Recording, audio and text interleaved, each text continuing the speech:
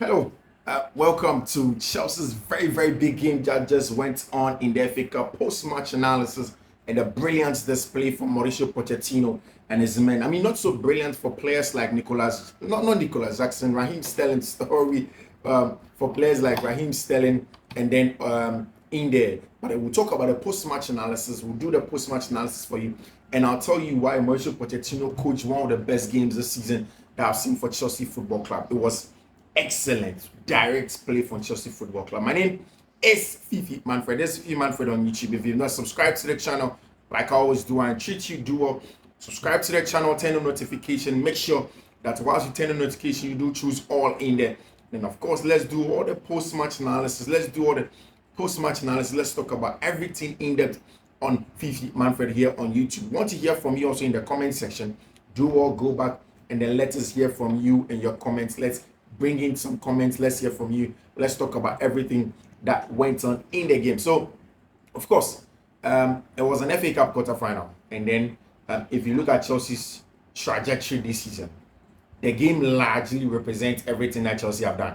Where there are times where it has been stop-start. Chelsea play good, not play good. There are times where they've not played so well.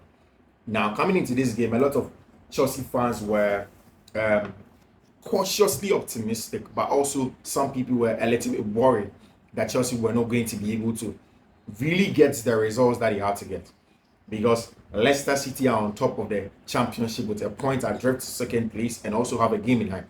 Their next game is supposed to be on Friday. I mean, while Leicester would love to go and play in the FA Cup final and the semi-final, one of the things they also would love to do is to make sure they return to English Premier League. So it's essentially Leicester and Enzo Maresca looking into two targets at some point at the same point in time.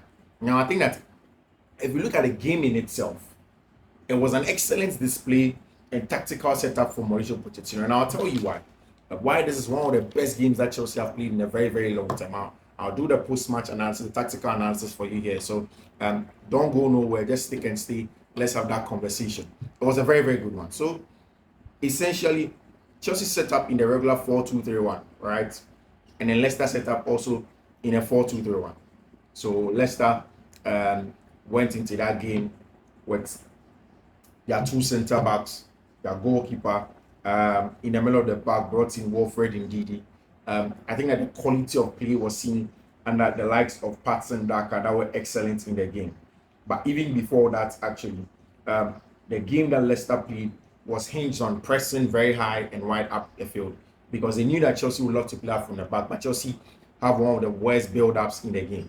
So one of the things I loved about Mauricio Pochettino is tweaking the game slightly, overloading Chelsea's right-hand side with Modri, Palmer, and then Malo Gusto. So Modric will play as an inside number 10, with Raheem Sterling keeping the weight. Sometimes Sterling will come inside as a number 9, so that Nicolas Jackson will stay out while they play as the left-footed winger. Then Cole Palmer and then Mihailo Modric will combine on the right-hand side, whilst Malo Gusto will make the runs in behind. Now, it was a strict, excellent game plan from Mauricio Pochettino. And the plan was simple. Leicester will come and press. When they press, do not engage them in trying to build up from back. Now, play through them centrally. Consistently try to play through them centrally, because when they press, there'll be extra space for Moises Caicedo to help him build up. Now, if that doesn't happen, go to the right-hand side where we are overloading them, because they will push a lot of men up top to come and press us, and there will be some space in there, and we'll have to get him to get a job done. And that's exactly the game plan that Pochettino went into the game with. Now, if you look at the quality of Chelsea and where they've come from since October, since about February, where Chelsea lost to Wolverhampton Wanderers at the Bridge, Chelsea have won 7 games without losing at the Bridge, and that's quality. In 90 minutes, they don't lose at the Bridge. And for me, it is a sign of progress. Yes, I can understand the frustration that a lot of Chelsea fans had in Raheem Sterling missing chances. I can understand the kind of frustration that people have with Raheem Sterling. And I think it's clear for a player his age, 29 years, Raheem Sterling is supposed to be the most composed, the most experienced. He's supposed to be the player that's converting chances. But really, he has been shambolic. And I agree with everybody that thinks so too. He hasn't been good enough. He has flattered to deceive. That penalty I hear, Cole Palmer picked up the ball first. Raheem Sterling asked for the ball. And that was the worst penalty in terms of Premier League players that played 5 penalties or more and not in shootout. Raheem Sterling has the worst penalty conversion rate. His penalty conversion rate is so shambolic. he has less than about 35% in terms of penalty conversion rate, and that's so bad. Now, again, one of my biggest problems also for Chelsea was Robert Sanchez as a goalkeeper. Now, you look at Robert Sanchez and you say, there's a goalkeeper that also has a lot of experience. But you watch this game and you understand why Roberto De Zerbi chose Jason Steele to be the first choice goalkeeper for Brighton and Hove Albion over Robert Sanchez. You look at Robert Sanchez and you clearly understand why Jason Steele is the guy as the first post, and he was taken to the reserves because he's not comfortable. He looks a little bit jittery. He looks uncertain, takes too long on the ball, and then sometimes he's overly confident. And yes, De Sarsi sending the ball back to his goalkeeper probably should have looked up to see the position of the goalkeeper. But then the goalkeeper, for one, also at that point in time, should be shouting to Axel De Sarsi to let him know. It was poor communication for Rob Sanchez in there for Chelsea. And then, of course, Axel De Sarsi. I think that largely De Sarsi as a box defender has been good. It's just that sometimes momentarily on the ball, he makes some silly mistakes that you don't expect a 26-year-old experienced centre-back from Monaco to do. But then again, it's an opportunity. He has been durable for Chelsea. He has played largely better than most of our centre forwards in terms of consistency in the team. And I think that you cut him some slack. Now, so let's get into the proper tactics, the proper breakdown of the game. So like I said, Chelsea went into this game with a 4-2-3-1. Gusto, De Sarsi, Chalobah, Marco Correa. Now, what this meant for Chelsea was that anytime Chelsea were building up, Chelsea could easily go into a back three. So I've told you consistently, anytime Marco Correa is in the Chelsea team, Chelsea essentially has the opportunity to build up with a back three because Marco Correa is more comfortable on the ball in building up. In fact, he's better than most of the Chelsea centre backs in terms of build up. And that's exactly what happened. So Chelsea will have Correa on the left hand side, Chalobah as a central centre back there, then you have Axel De Sarsi in that back three. Then Malo Gusto will push up as a wing back. Now, once Malo Gusto push up as a wing back, there is already Cole Palmer that is inside the half space in there. Now, once Cole Palmer is in the half space, Malo Gusto is high and wide. Malo Gusto is the wing back. Raheem Sterling or Nicolas Jackson now become the other wing back on the other side. That means on the left hand side. Usually, it was either of Raheem Sterling or Nicolas Jackson. So if you watch the game, you realize that lots of the time, Malo Gusto, Raheem Sterling, and then Nicolas Jackson, one of them will drop central. Now, they start as a wing back from those wide areas. They drop into central areas to combine quickly. And you remember that ball that fell to Raheem Sterling, and then he was 1v1 on the goal against Leicester. And then he failed to convert it, where he tried to put a curl on and raise it up. It was a very good combination play from Nicolas Jackson that dropped deep, combined with Mos Caicedo playing Raheem Sterling, who was now taking up centre forward positions because now there had been Nicolas Jackson had come inside. There was a wing back in there, and it failed. It didn't help. He failed to convert the chance in there. Now, Modri played as a number 10. I think that was good in patches. It was excellent. But I'll tell you about why Kani Chukwuemeka's return is something that, if you've been following my work, I've been saying several times that it is something that's very, very important for Chelsea, because if you look at what Chelsea needs sometimes to break down low blocks, then you need guys like Kani Chukwuemeka. You need Chukwuemeka to sometimes combine with the likes of Cole Palmer in between the lines, because of course he has the quality. He's a very, very technical player. He's good in between the lines. He's nimble-footed, can control the ball in those areas, and he's a very, very important player. Now, Leicester actually went into 4-2-3-1 also, saying with Dwal as a left back, who eventually had a red card. Vestergaard, Faiz, and Hamza Chowdhury. There was Wilfred Ndidi and Harry Winks as the two sitting midfielders. Mavadidi, who scored a goal, maybe 2-2. Dewsbury Hall, Fatawu Sakho, and Patson Daka. Excellent play from Patson Daka to consistently put pressure. First half, he tried it with Robert Sanchez, closed down on Sanchez, but then Sanchez was quick enough. The ball went out for a goal kick. Then later in the second half, forced Axel De Sarsi to send that ball back.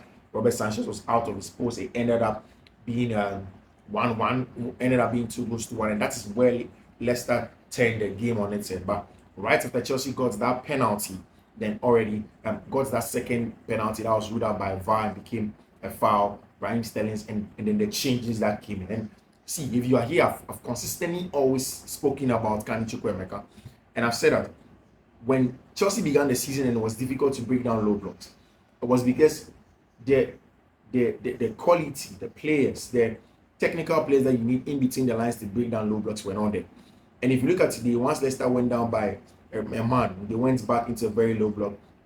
One of the things Mauricio Pochettino does is first take off Mihailo Modric because Modric, whilst a top player, is very, very erratic sometimes in between the lines. Sometimes you need patience, and he wasn't the guy.